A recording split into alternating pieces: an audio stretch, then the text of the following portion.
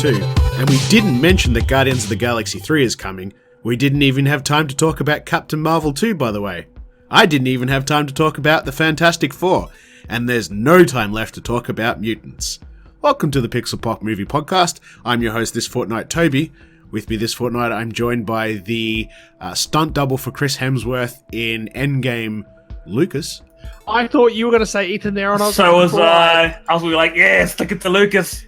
And I'm also joined by the stunt double for Natalie Portman, Ethan. Oh man, what such a compliment! Yep. Ooh. Yep. I wish I was there. And guess what? No stand-ins for the sex scene. I wouldn't have it any other way. Well, at least you know what you're in for this fortnight. So the topic of conversation is, of course, the San Diego Comic-Con. We did mention that last podcast, and there is a lot of juicy tidbits to get through there. Huge. And we're still going to break it down. So we're going to start with our normal news. Anything that wasn't related to San Diego Comic-Con, we're going to move through that like we normally would. And then we're going to move into the San Diego Comic-Con, and we're going to deal with everything that was not Marvel in Hall H, of which there's quite a bit. And then we're going to finish with the Marvel in Hall H stuff, because we tend to prattle about Marvel stuff, and hopefully you enjoy it. So before we get to all that exciting stuff, though, let's just start with the regular news. Please take us away, Ethan. First bit, we got Netflix has acquired Dwayne Johnson's Red Notice. Ryan Reynolds and Gal Gadot have added to the cast as well. I think it's a big heist film. It's apparently what it is. So it's a Netflix version of Fast and Furious. Yeah. Kind of. Maybe. Probably a bit better. Even though two of the three people that are the leads in this movie are in Fast and Furious with The Rock and Gal Gadot. We're conveniently in the heist movie. Next we have the Mortal Kombat movie, which films in Australia later this year. Mortal has found Kombat. And Joe Taslim, who was the right-hand man to Idris Elba's character in Star Trek Beyond. He's also in the Cinemax series Warrior. So I think they've got a good actor there to do Sub-Zero, really. I just hope that maybe... I think they might try and go with a few unknowns, but they'll probably chuck one or two people in there who are pretty well known. Implying that this guy isn't. Well, no, he's only been in said like two things that isn't big. So, next we have what the fuck even is this? What the fuck even? I mean, as someone my age, I'm looking at this going, what the fuck even is this? What are you talking about? Gundam versus Hello Kitty. I skipped over that shit. I was looking. What the fuck is that? I wasn't gonna put that in. I don't even know. Dude. Mate. Get all the way on board with this, because it's fucking happening. It is a Hello Kitty. It is a Hello Kitty Gundam crossover, where the Gundam, like the guy who's in the Gundam, is traversing space and has no idea what a Hello Kitty is, like, because it's just floating in space, and he thinks the dialogue is like really butchered because it's trying to translate in real time from Japanese to English. But kind of what I gathered from like the scene is that he's trying to figure out if the Hello Kitty that's floating in space is a star base, and then all of a sudden this like they just get attacked, and then that's kind of where it ends. I'm pretty sure there's not enough LSD in the world for me to understand this film. Oh boy, there is for me. Why do you think I was gonna skip that news? Yeah, right. Moving along. Get all the way on board, my friends. It's gonna be the greatest anime ever made. So next we have Sherlock Holmes 3 has hired Dexter Fletcher, who has recently directed Rocket Man and Bohemian Rhapsody. Oh, he did the reshoots of Bohemian Rhapsody, sorry. Yeah, he came on to the end of that. What happened to Guy Ritchie? Don't know. Nothing's been said. I think he's working on something else, because when they were prepping for it, they were doing the Aladdin press, and then I think he said he was moving on to something else, but Warner Brothers wanted to shoot Sherlock at the same time as this other thing he's doing. And then you've got Robert Downey Jr. and Jude Law will also be back. Good. Too. Next we had a trailer for Another Life, which is out this Friday on That Netflix. sure happened. That was a thing that happened. And so next. It looks really bad. Yeah, it does. Wait, which one's this? It's Katie Sackhoff's new sci-fi show. Oh, yes, of course. Yeah. It looks pretty. Anyway. Next we had a trailer for The King's Man, a prequel to the Kingsman movies. This looks really cool. I'm actually on board with this as well. Yeah, I'm a little mixed. I want to see another trailer. Cautiously optimistic. Yeah. Yeah. It looks alright. Yeah. That's February next year. Pretty solid cast in it too, though. Oh yeah. Hmm. The last Starfighter sequel is in development. Now, 2 bits of context here. 1, the response to that being posted on social media is Lucas saying "holy fuck" endlessly for about an hour. 2, this has kind of been banged around for a little while, which is why I'm worried. I'm certain there was some tweets and some news about this a couple of years back, and they couldn't get the financing. They couldn't get it off the ground. And I know this has been discussed on and off for a decade or more about the sequel. And I remember reading an article where the original director / scriptwriter or whatever gave us a synopsis of what sort of he had in mind. So I hope this is the time that it's actually going to happen. But again, cautiously optimistic, just because I've been burned here a few times. Disney is set to create a new Industrial Light and Magic studio in Sydney. Yep. It'll pour more than 500,000 into the New South Wales economy, and they're also going to use it to help complete the next Star Wars franchise films. Yep. And This is pretty big. we got a little tip that obviously it's definitely the one, but there's possibly 2 other films happening out at those lots that they bought from the Fox Studios. Yeah. So Didn't one of them get confirmed at Comic-Con? yeah, that's the thing. Like, one has been what I heard from unnamed sources was that there's one confirmed, and depending on that, then there could be 2 others. Yeah. Not necessarily the same family of films, but just Disney in general making films. Yeah, Disney own it. Yeah. Next, we had a trailer for the Red Sea Diving Resort coming to Netflix next week, the 31st. Oh, this movie looks based on a really true story. good. Yep. Starring Chris Evans, Michael K. Williams, Haley Bennett, Greg Kinnear, Ben Kingsley. Decent cast. I'm really struggling Could be to quite not see Chris Evans as Captain America, though. But he's not. I know he's not, but it's really hard for me. I'm watching the trailer, I'm like, it's Captain America. Next, we had a trailer for Cats, Oh my fucking god. a movie based on the Andrew Lloyd Webber. Have you seen the Stay memes musical. online already? And the shit posting? I will not tolerate memes or shitposting about this movie. Holy fuck. Okay. What did they do stop, to the CG? Stop. No. You stop. Actually, Fuck really me. Astro Boy had better CG from the fucking 70s, man. How dare you? You shut your Kimber mouth. the White Lion had better fucking CG than this shit. You know the only thing that's CG'd is the fur, right? It looks fucking horrible. It's like- still 6 months out. They just about everything else is real sets. The only thing that they've CG'd is the fur. Yeah.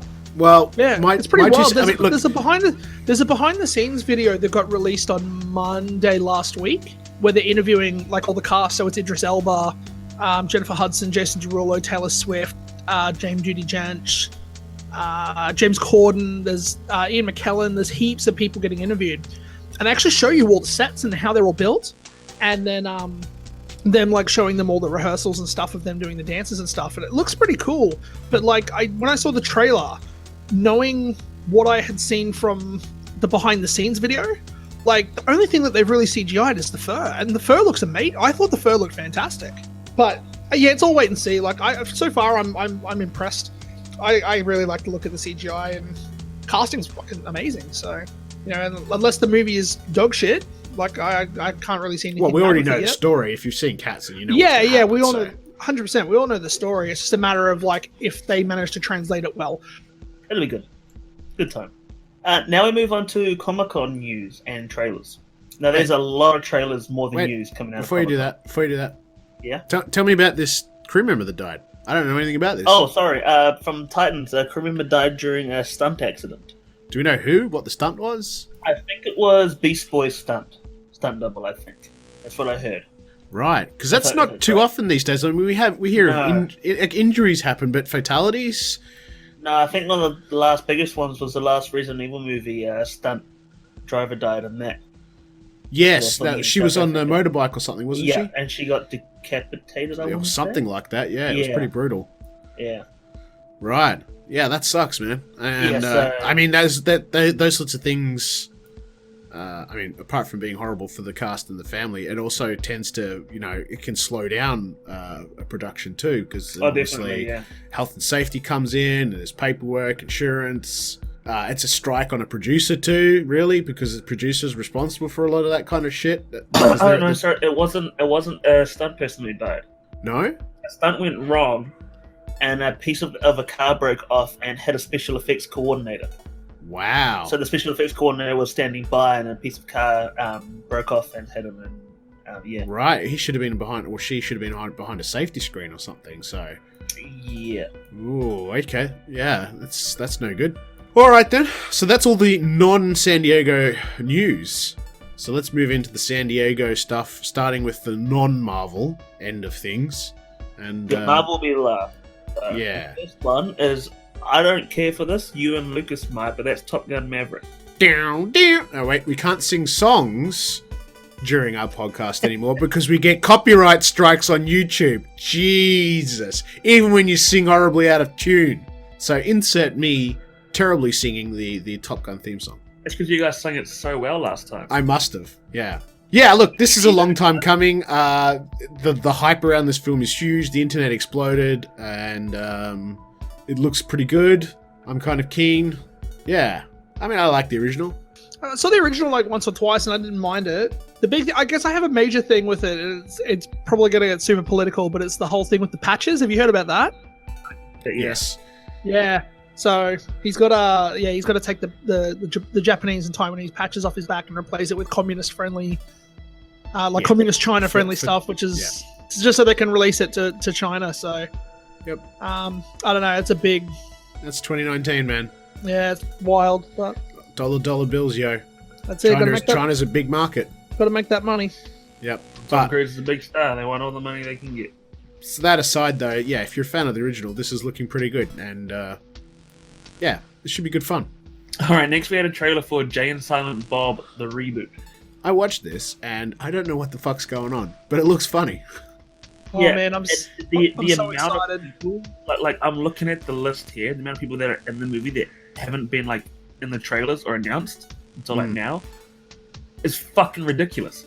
Yeah, it is like ridiculous. So I've actually been following the production of this for a long time because, like, for those that know me, I'm a massive Kevin Smith fan. Even Tusk and Yoga Hoses, I enjoyed. They're dog shit, but I liked them. And he talked about this. He talks about this on his podcast about how he's been trying to get this movie made for a while. And he was like, the amount of like people who reached out and were like, "Hey, we want to do cameos and stuff," like blew Kevin Smith's mind. It's just crazy. Yeah. So this could be good. When's it? October 15th. Yeah. I'll probably give a limited theater run and then probably just a digital home release after. Yeah. Probably not long up. Next we had a trailer for It Chapter 2. And oh boy! Crap! Ooh. Oh boy! This is gonna be big. Oh boy! I was saying before that I don't know if they're playing their cards close to their chest, but this trailer didn't feel quite as spooky as some of the trailers we got for Part 1. But then that preview scene we got earlier on of Part 2 looked really good. So I'm hoping they're just playing, because you get these horror films and they show you every scary bit and it just kind of ruins it, or it's a comedy and they show you all the funniest parts. I'm really hoping they're just playing it close to their chest. And considering the quality of the first part, I'm kind of guessing that's what it is. I mean, there was some spooky parts of the trailer, but it wasn't as... I didn't get the goosebumps I got from watching trailers for Part 1, but definitely looking forward to the next trailer. This is going to be good. It's only like 2 months away. Yeah. If that. Probably about a month. 6 weeks away. Next, we have a trailer for Ad Astra, starring Brad Pitt. I haven't watched this. I didn't watch the second trailer yet. I watched the first trailer. This is. I mean, if you've watched the trailer for the first one, I think this film's going to be pretty deep. So this is one I would probably not watch at the cinema, not because it's a bad film, but it's just one of those films that some films you just process better at home and slowly digest them. I suspect this might be one of those films. Like Interstellar was going to be one of those films. You know what I mean? Yeah. Where especially start dealing with like fourth dimension and stuff, like trying to process that at a cinema is a little bit, I feel like this would be really good on the big screen for certain things that you see, but I think like to take the story and you need to watch it at home. You know what I mean? Yeah, possibly. Yeah. Yeah. There's some moments on there I would love to see on an IMAX screen, purely just from what we saw in the trailer. Yeah, space stuff tends to look good on the big screen. Well, that's it. Like when he's crawling up, when he's climbing down the ladder and stuff, and the space station explodes. Like imagine that on an IMAX screen. That would be insane. Next up, we had a trailer for The Kitchen, the final trailer. We've already talked about this on the podcast before, starring Elizabeth Moss, Melissa McCarthy, Lucas's favorite, and Tiffany Haddish. August 9th. So, next we had a trailer for His Dark Materials Season 1. AKA the Golden Compass. Golden Compass, the Spyglass, the Northern Lights. Yeah. The 3 that's based off. Yep. This looks pretty... I never watched... I read the books for all these. I love them. I never watched the movie, The Golden Compass, because to me they look pretty meh. This looks really good. It's a cross-production between HBO and BBC. This looks really good. Truth be told, I'm just in it for anything. Like, the moment I see Ruth Wilson's name on something, I'll watch it. Who is going to be playing the Nicole Kidman character of this. Like, she's in Luther, and just after I saw Luther, like, anything I saw her in, I'm just like, I have to watch it. So this is an automatic watch for me. It also helps the fact that it's got, James McAvoy and Lin-Manuel Miranda and Daphne Keane and stuff in it. That's to me that's just bonuses. I just get to see more Ruth Wilson in my life, so that's all I really care. That's all that really matters. Next we have a trailer that is a big one, talked about a lot through Comic-Con, and it's The Witcher coming to Netflix later this year. Oh boy, Controversy Deluxe +1 Alpha. Yeah. A lot of people arguing over this. Let's not go too much into the controversy for it. No, but what did you think? But okay, for one more thing on the controversy side, everyone's comparing this to the game. Let's not get into the controversy. Okay, but one thing with the controversy... I just want to make this thing clear. A lot of people are comparing this to the game. They're not adapting the game, they're adapting the books. Yes. And the game's changed a lot from the books as well, so they're trying to stick true to that. People are just comparing it because the games are what they know. Yeah. So people say like, oh, Geralt hasn't got 2 swords on his back, this is wrong. The books, he only has 1, the other's en route, which you can see in the trailer as well. I think this actually looks good. The production looks good. CGI looks good. This looks very interesting. Henry Cavill looks great as Geralt. I'll admit, he looks really good. He does. The amount of people that I saw outraged at the screen test and the casting photos and kind of everything as it was launching, compared to the swap for the first trailer where everyone's like, holy fuck, like we can't believe we shit talked this, like this looks amazing. It's been really interesting to see the turnaround that they've been able to get just in my kind of group of friends and like the people that I know. Next we got a sneak peek at the Dark Crystal Age of Resistance. Mm-hmm. And oh boy. Mm-hmm. I still need to watch Dark Crystal. Yeah, watch it, man. Oh, August yeah, I'll 30th. get to it before this comes out. This does look pretty cool. No, what you do, Lucas, is you do a trade-off with Ethan. You say, I'll watch Dark Crystal, but you have to watch this particular film. So Dark Crystal's one that I've actually wanted to watch for a long time. I know, but this is an opportunity to get Ethan to watch something. Last Starfighter. There we go. Last Starfighter trade for Dark Crystal. That's fair. I don't think he'll trade it because he knows I want to watch Dark Crystal anyway. No, you got to make him. He it. has no interest in watching. No, you got it because he's a bitch. Oh, you just played yourself. Woo. What was that? But no, this looks really good. Again, the only thing I don't like is they use CGI for certain scenes. But I mean, like, the main scene is they're in a vehicle going down like through a forest. They CGI the background. Yeah, they're just green screening the puppets so that they can remove the wires and make it. Yeah, and they make the background of like the forest moving. Yeah, and they CGI that in. I understand that. It's still just making me go, I see the CGI. I can't tell until I watch it how much CGI is going to be. Yeah, it doesn't bother me. It's standard for. I mean, it's still an action series. Oh, no, yeah. And I mean, they have the puppets there as well. So as they've got the puppets. I think that's the important thing, is the cast is all real. Yeah, exactly. That's the main thing. They're not, CGing. They're going to remove, obviously, wires and sticks and stuff, which is good because it's going to allow us to see more full body, where previously you would stop at sort of the waistline so that the sticks that attached to the hands were at the bottom of the screen. You couldn't see them. Now we're going to be able to see more of the puppets because they'll just green screen delete the sticks and the strings. And that's cool. So we'll see, actually, because of CG, we should actually see more of the puppets rather than less, which is kind of cool. Yeah. That's something I didn't think about in regards to the CG was the like taking out sticks and the wires and stuff. Like, Hmm. yeah, that could be really cool. Kind of seeing like full body puppets because it hasn't been done before. It has. They do it in Labyrinth, for instance, and it's still kind of a CG effect where they have the puppeteers wearing all black, and then they're in front of a black velvet screen, and then they sort of cut and paste them onto, the background. So it's kind of been done in the past, but this will just be a lot cleaner and sharper and a lot easier. Whereas if you look at the earlier stuff, you'll notice most of the time, as I said, that the heroes are being filmed from the waist up, and otherwise things tend to be sitting stationary on a chair or a rock or whatever, where they can stick a hand through a hole in the wall. And the only time you ever saw a puppeteer in the OG Dark Crystal was those big beetle guys. You can see the legs of the puppeteers in them. Yeah. This just means that you're going to be able to have puppeteers not just working the top half of a character, but they're going to be able to do full body, puppeteering, and then just be digitally removed. And that's kind of cool. So it's going to be the next level of puppeteering. Yeah. And it's only really possible because of CG. Westworld Season 3, we had a trailer for that. A good long trailer. 2.5 minutes, almost 3 minutes long. Lucas Showing us some good stuff of that next season, which looks like it's going to be good. Especially, I won't say it's spoilers. Next, we have a trailer for Watchmen, which this one shows a bit more of the comedic side, I guess. And not quite comedic, but a lighter side to the series than we've seen in the last trailer. Last trailer was pretty grim. This is a lighter side to it. This looks good. I know you're excited for this as well, aren't you, Lucas? Watchmen, it looks really cool. And especially sorry, I've only seen the movie like once or twice, and I've read the graphic novel before. It's going to be really interesting to see a different side of this universe. Alan Moore could have done more with it, I think, in terms of like, not that anything was bad, but he just could have done more and fleshed out the universe more. But he just opted not to. Would rather have done other things, and he's a bit batty to begin with. But yeah, seeing a TV show where it's going to delve into these characters more, I'm really interested in. And again, like I'm a sucker for actors and actresses, and Jeremy Irons playing Ozymandias, like that's going to be awesome. Seeing him as like an old man, so that's going to be really cool. I'm really excited. Kind of also got the feeling that Don Johnson might be playing an old Night Owl. Oh, maybe. That's kind of what I got from that trailer too.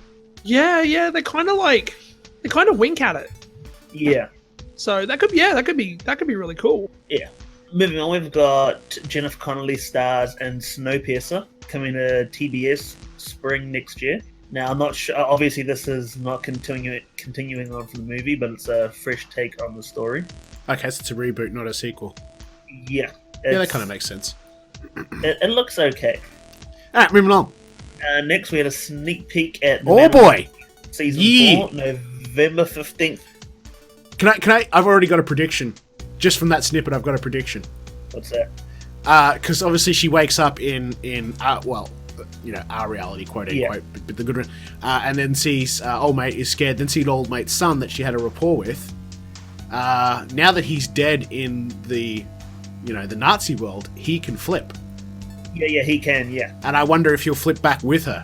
Maybe she might take it back as like a peace offering for him. Look what I brought for you. Yeah, but then you're leaving behind, another. There's someone there. Yeah, someone else is leaving their kid. So, but I think he's gonna. I think she'll flip back with him at some point. Yeah, cool. Probably, keen, super keen. Started off as an okay series and then just kept getting better and better. Yeah, 100% agree. Next we had Harley Quinn animated series coming to DC Universe streaming service. Right. This looks alright. Isn't it supposed to be pretty adult? Yeah, I think it is. I'd heard it was maybe meant to be adult. Like, it's not a kid's cartoon. No, it's not. It's definitely not a kid's cartoon at all. Yeah. Cool. I'm pretty sure the first line of it has "Hey, dickhead." Yeah, and it says the following trailer contains explicit language, adult themes, and violence. Well, there you go. That answers that question. Yeah. We have a trailer for Shudder's Creepshow. I don't know what this is. All right, so Creepshow is John Romero, Stephen King in the 80s. They got together, they wanted to work together, and they created 2 movies that were short stories that sort of King wrote and Romero filmed, and they're just short horror stories.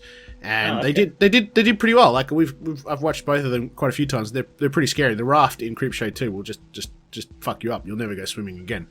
And there was a third one. It wasn't sort of endorsed or official. It might have even been a fourth one. They were terrible. This is, I'm not sure if King or Ramiro are involved, but it's a continuation. Well, Ramiro can't be. No, obviously. But they did mention his name, and yeah, it looks okay. It looks a little camp, but then the originals were too. Wait and see. Yeah. Well, just looking through it now. Yeah, it could be fun. Could be right. Next, we got a clip from Rick and Morty Season 4, because Season 4 will be out later this year. We don't exactly know when. They also announced that Season 5 will come out not long, pretty soon after Season 4.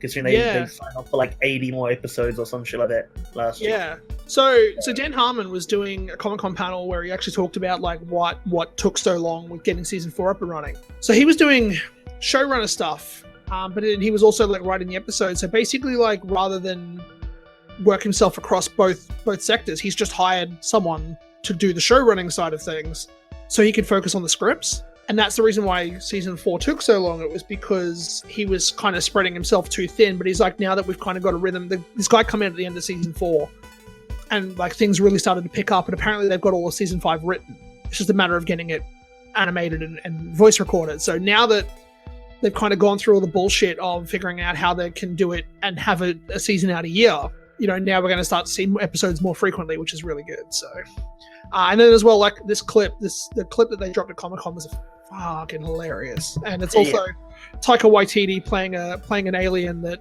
has a big stamp on his head saying "Do not develop my app," and Jerry's there trying to develop his app because Jerry's an idiot. They also announced Paul Giamatti and Sam Neill as well as more voicing characters this season too. Yeah, it sounds like that this season, again, Dan Harmon mentioned something about this being the craziest year for star power. Yeah. All right, so we had they dropped the teaser for the Walking Dead movie. No release date. All we know is it's coming to theaters and not AMC. It's going to star Rick Grimes. We don't know anything else apart from that.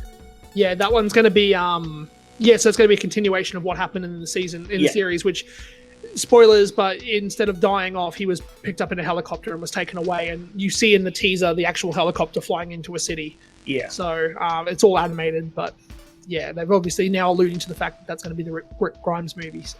Another trailer for 21 Bridges starring Chadwick Boseman and also executive produced by the Russo brothers. That's out in September 27th.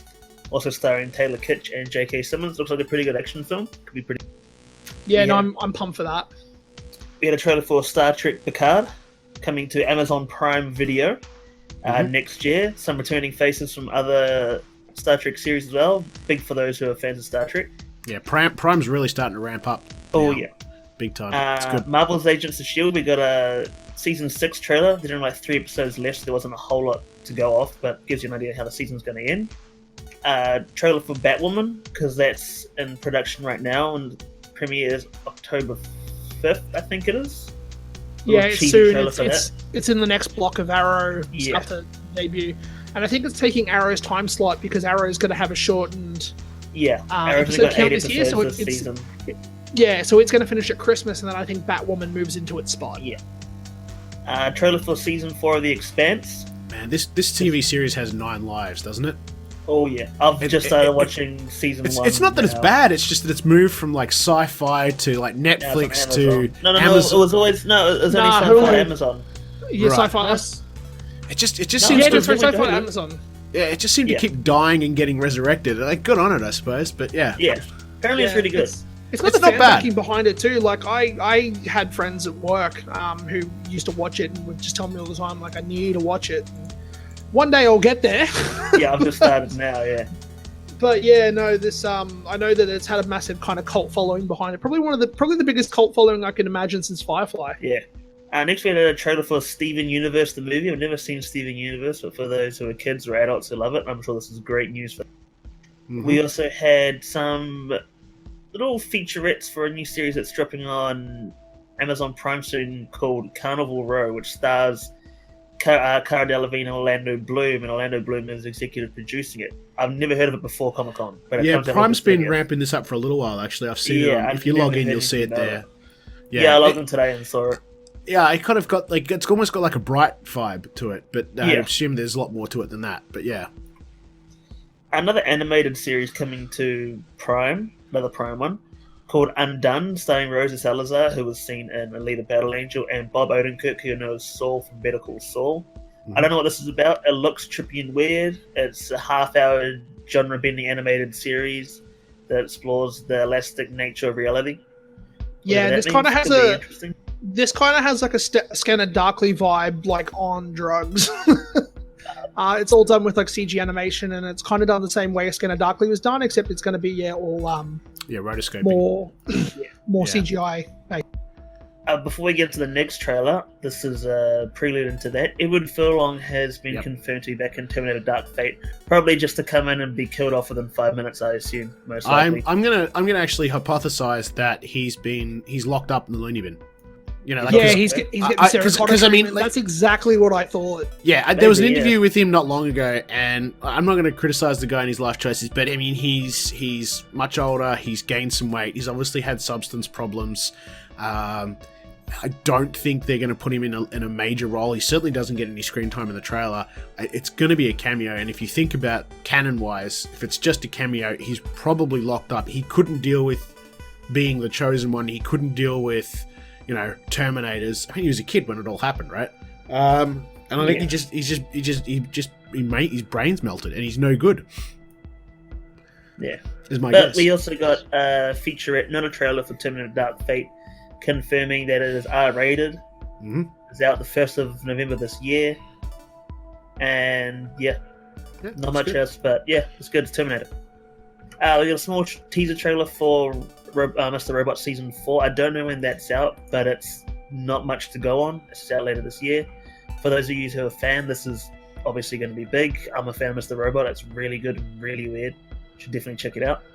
We also got Archer got renewed for Season 11. Yep, and they're bringing him out of the coma. Spoilers for those who don't know he was in a coma? Nah, he's been in a coma since like Season 8.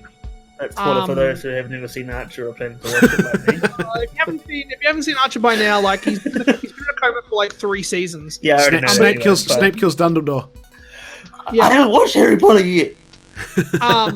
But yeah, they've been kind of like every season since he went into coma has been like a genre series. It's like one was like a pirate island one. One was the new one's in space. There was like one as well that was kind of like a 1940s detective pulp animated series.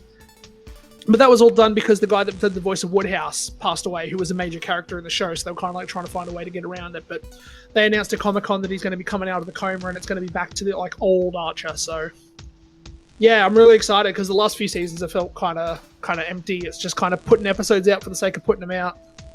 Yeah. And lastly on this news for Marvel stuff, and that is 2 new Halloween movies coming out, October 16th, 2020 and October 15th, 2021. John Carpenter said the saga of Michael Myers and Laurie Strode isn't over, most likely teasing that Jamie Lee Curtis will be back for both of the movies. Cool. They're called Halloween Kills and Halloween Eons. I don't know. Hopefully. Yeah. Oh yeah, Danny McBride, David Gordon. Yep. Danny McBride will be back. Yep, and Jamie Lee Curtis as well is coming back. Yep, that was all from a tweet from Jason Blum, who's the producer. Yep. Well, there you go. Right. Now, into the big news.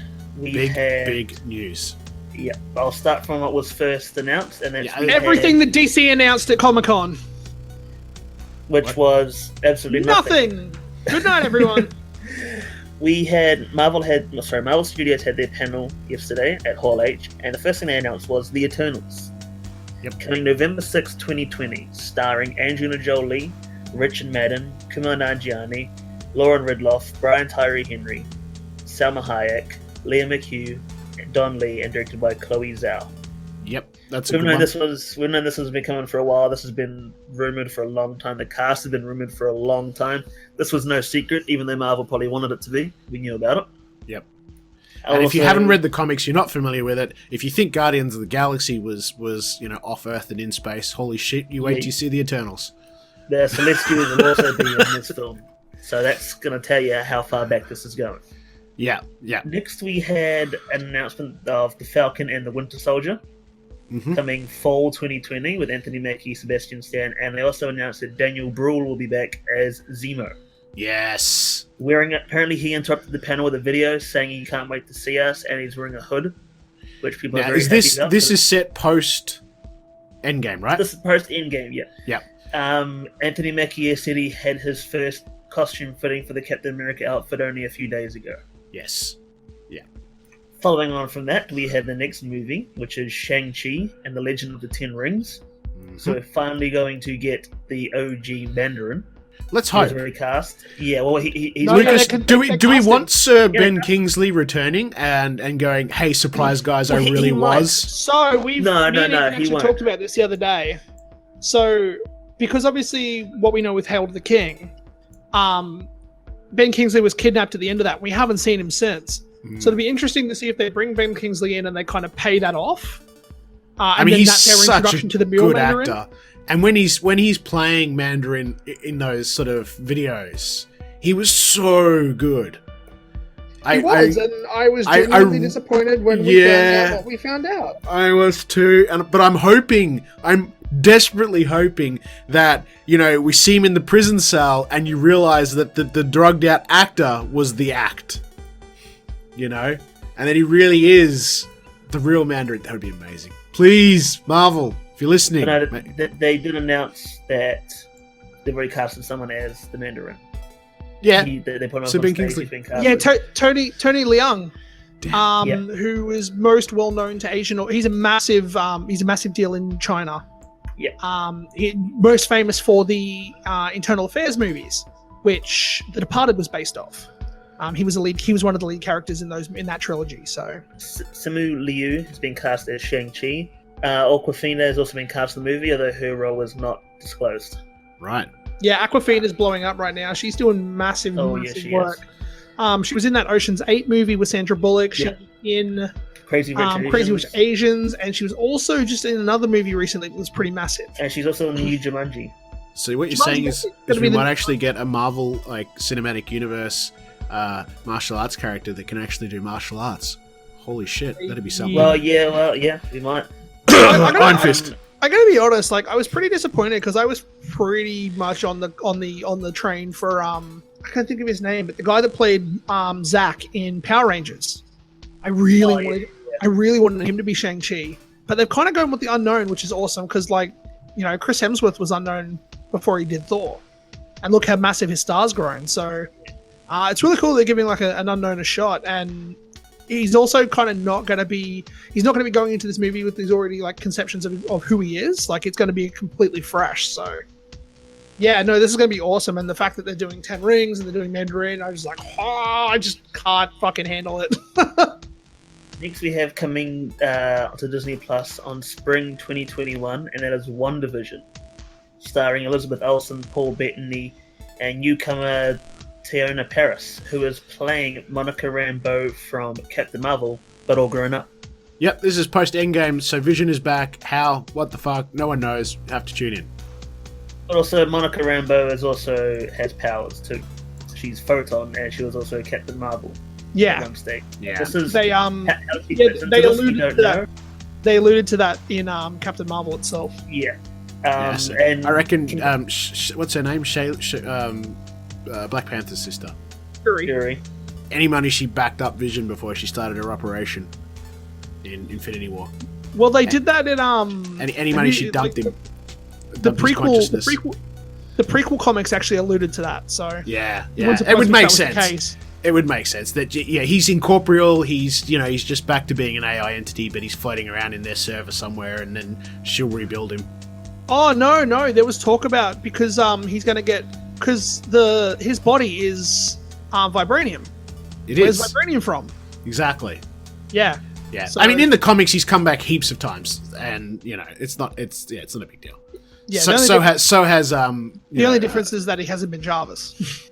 True. Yeah, and so has the Ultron's come back so many times. Oh yeah, Funny too. Ultron's. Infini back. So yeah, it'll happen. It'll happen one way or another. Next, we have also coming spring 2021 is the Loki series with Tom Hiddleston coming back. A No lot further of hype details. for this. Yeah, no hype further from details people were on talked this one. about, but other than that's coming. But they did say this is Loki from Endgame when he uses the Tesseract and 2012. teleports away. So this is still villain Loki. He hasn't had the character development from Thor: Dark World or Thor: Ragnarok. So he's still villain Loki. That's cool. The one that I'm most excited for now, coming May 7th, 2021, is Doctor Strange in the Multiverse of Madness, which stars Benedict Cumberbatch, and Elizabeth Olsen, because apparently WandaVision ties directly into this. Which makes sense because spring 2021 and then May 7, 2021, so it comes out after WandaVision. Yeah. But also Loki's spring, so this is the multiverse. What's the chance of Loki popping up? No, well, I mean, if you look at that timeline picture, it seems that... Loki's going to be after. Yeah. Scott Derrickson is returning to direct, and he has said that this is their first attempt to make a scary sort of horror movie, which is great because Scott Derrickson is a horror director. Yes. I am most excited about this more than any of the others. This is going to be great. We kind of got an inkling of like not that it's horror, but like we kind of got a bit of an inkling when Strange goes through the multiverse in the first movie, like he's kind of warping through all those tunnels.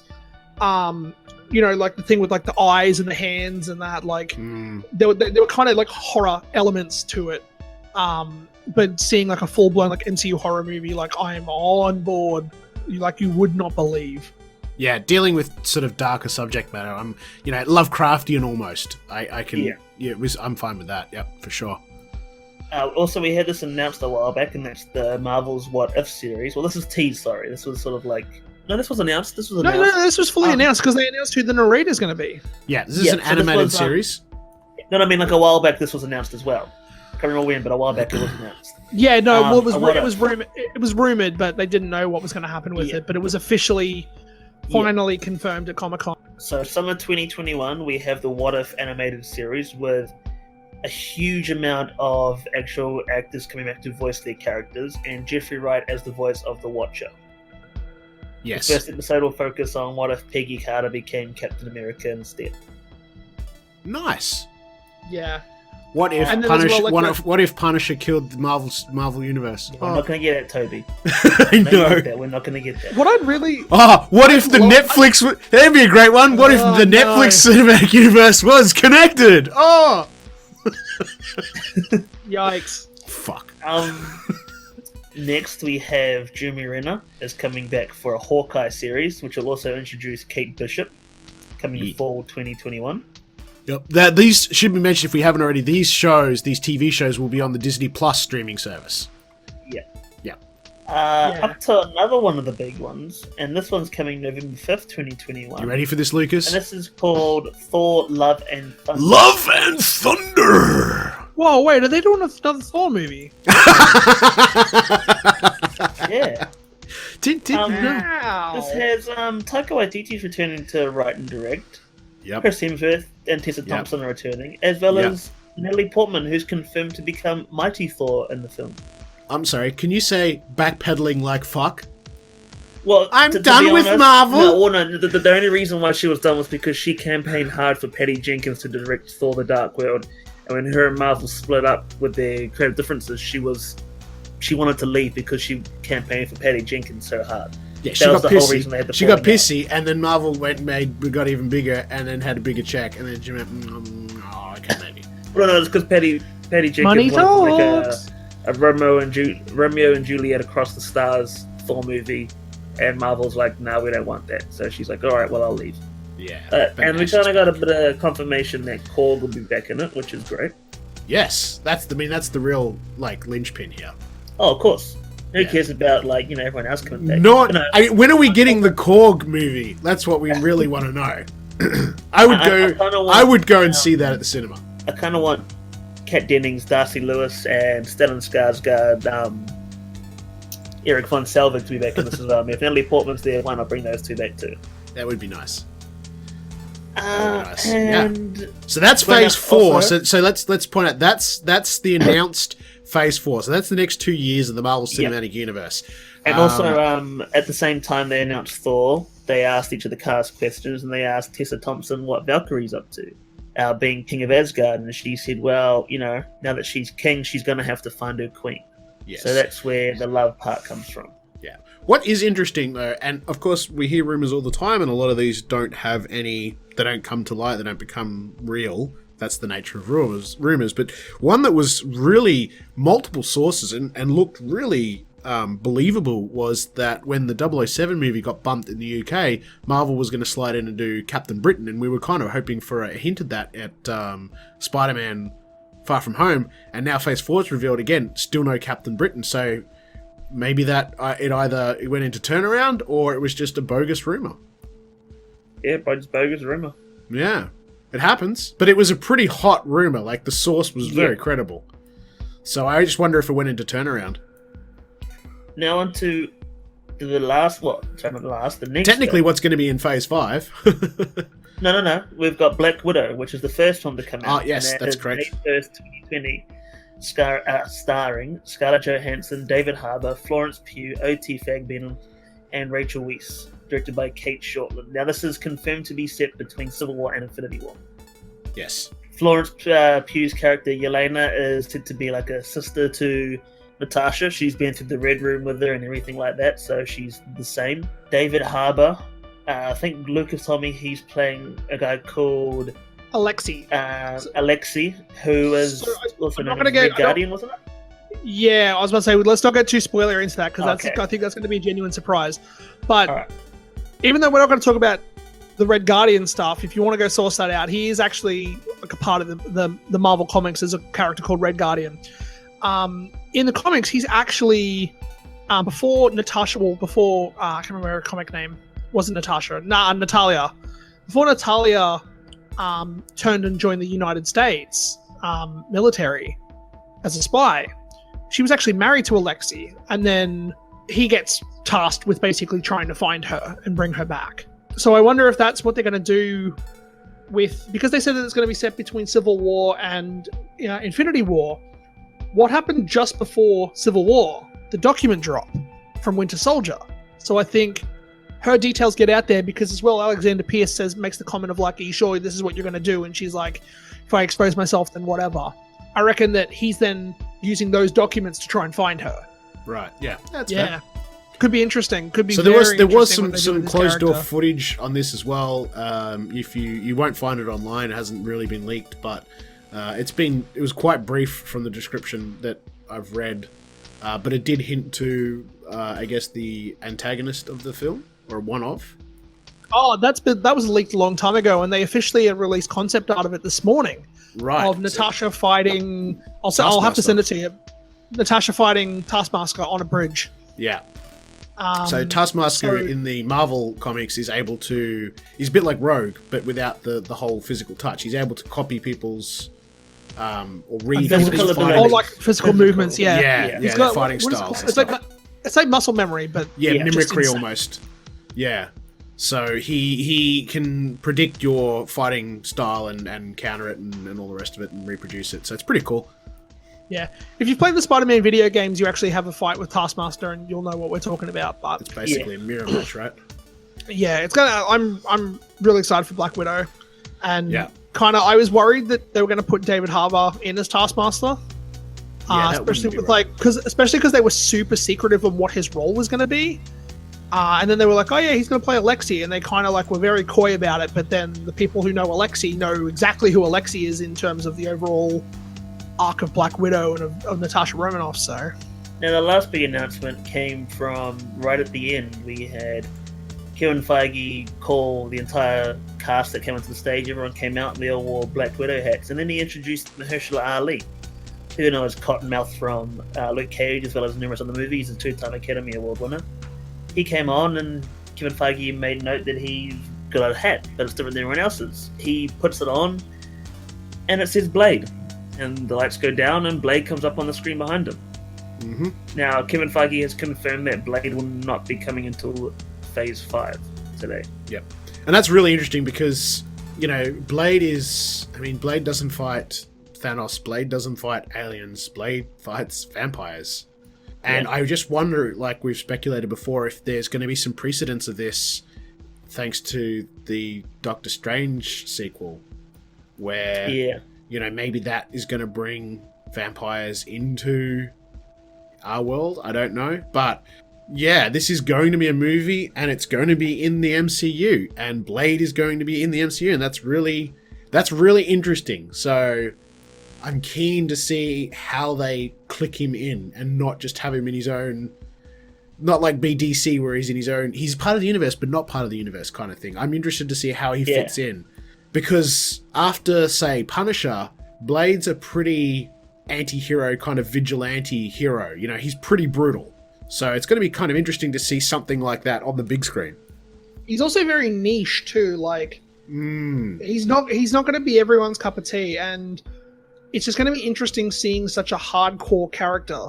Because, like, if you've seen the original Blade movies, you'll know, and if you've read the comic books, you know Blade is not PG. He's not family friendly, and he doesn't work well with others either. No, he's more than willing to tell people to go fuck themselves rather than, you know. Yeah, and I'm in the comics, he and Punisher have teamed up before in a number of incidents. So, and they've been sweet bloodbaths. So it's just going to be really interesting because when we sort of first had the Netflix stuff, a lot of us were saying, you know, Blade, because then, you know, you could perhaps link that in with Morpheus or whatever it is, and you know, there was all that sort of Morbius, sorry. So there was all that kind of potential, and it probably would have suited Netflix quite well. But here he is coming to the MCU, so that's going to be really interesting. But you're going to have to wait, you know, a few years for that. I think the casting's good. He's a solid actor, but I think he may want to bulk a little bit. I'm not saying he has to go He-Man, but I'll be honest, like, Boss Logic did an art of this a while ago. Like, we were going through and we were looking, and he did an art of it a while ago, and I really didn't like it because Boss Logic's normally pretty good. Like, he can make them look really, like, make them really fit the role.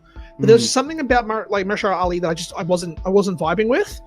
But I actually saw the footage of him putting the hat on, and he does that like Wesley Snipes like grin after the hat and the pop of the crowd, and then straight away I was like, boom, there it is, I can see it.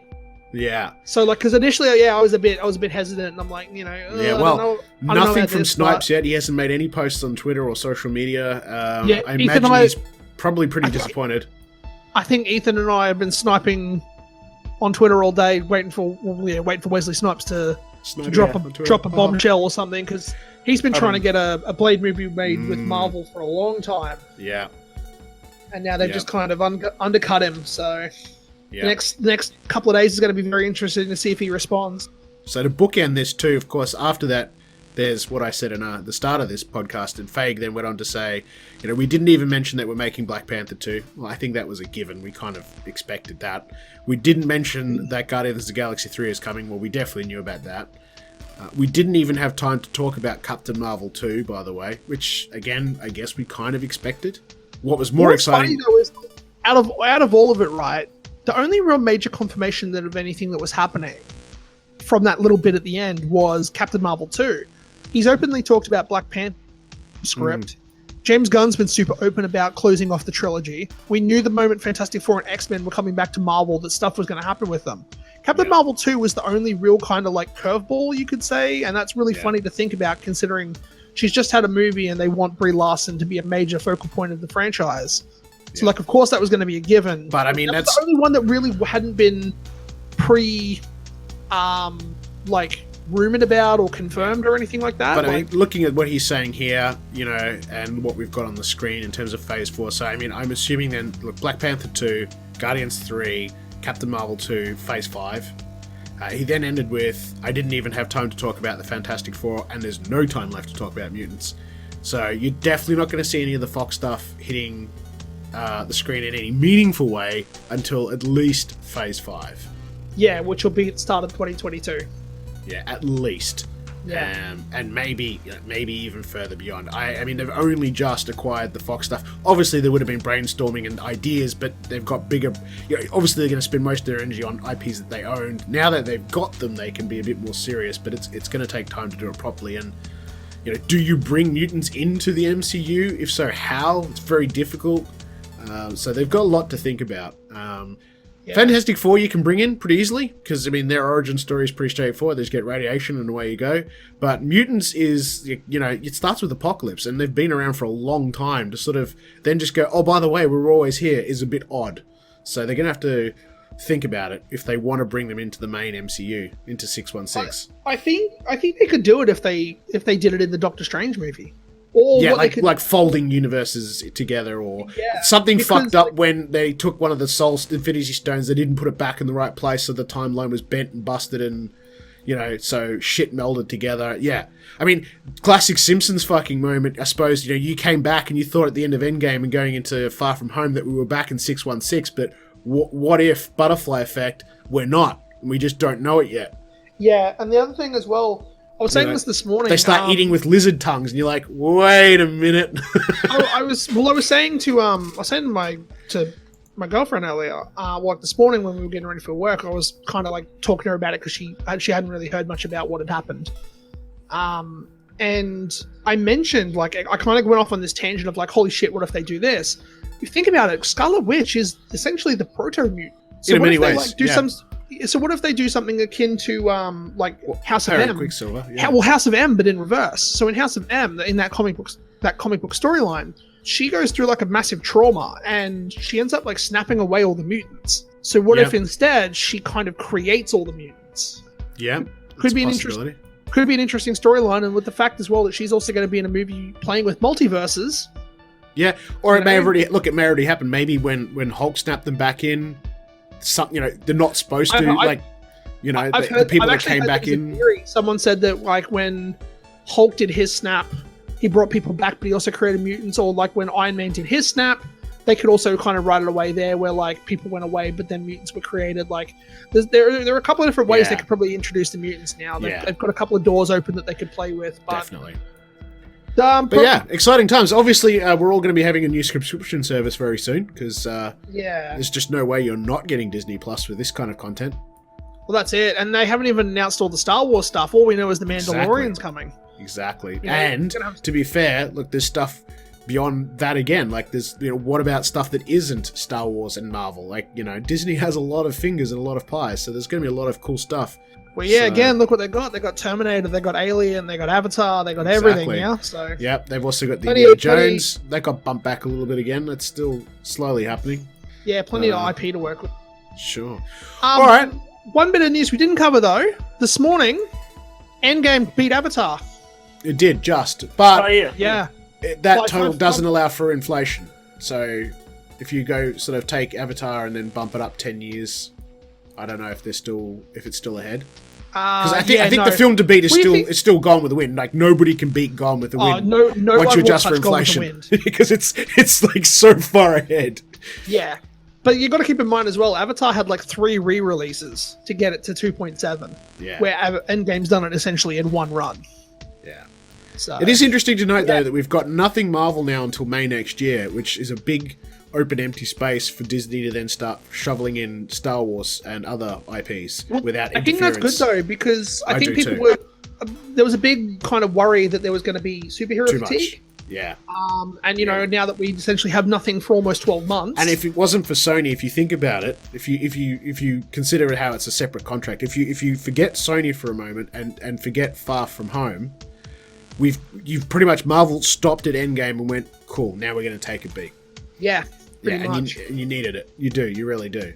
So, all right. Well, that's brought you all up to scratch. Lots to digest. Lots to get excited about. Lots to talk about. We've got some interesting stuff hitting the screens, both small and big, in the next 2 weeks. I know we've got The Boys coming out on Amazon Prime, which I'm looking forward to. Renewed for a second season too. Right. What else is coming between now and then? Hobbs and Shaw. Hobbs and Shaw. Yep. Something's dropping onto Netflix this week. Yeah, Another Earth and Orange is the New Black, the final season. Right. Oh, Orange is the New Black. Yeah, that's what's dropping. Another Earth or whatever. Another Life comes on Thursday. Orange is the New Black's on Friday. What do we got? Once Upon a Time in Hollywood. And yes. This week. Yep. And Hobbs and Shaw is the week after. Right. Alrighty. Well, I guess that's it for another fortnight. Huge amount of news, and I hope you enjoyed it. Hope you feel enlightened. Thank you for tuning in. Thank you for listening. Thank you to our Patreon supporters who help make this podcast possible. You keep us subscribed to SoundCloud, so we appreciate your contributions. We'll be back next fortnight with more news, rumours, gossip, bullshit, insults, and the usual. Until then, have a great fortnight, and we'll catch you then.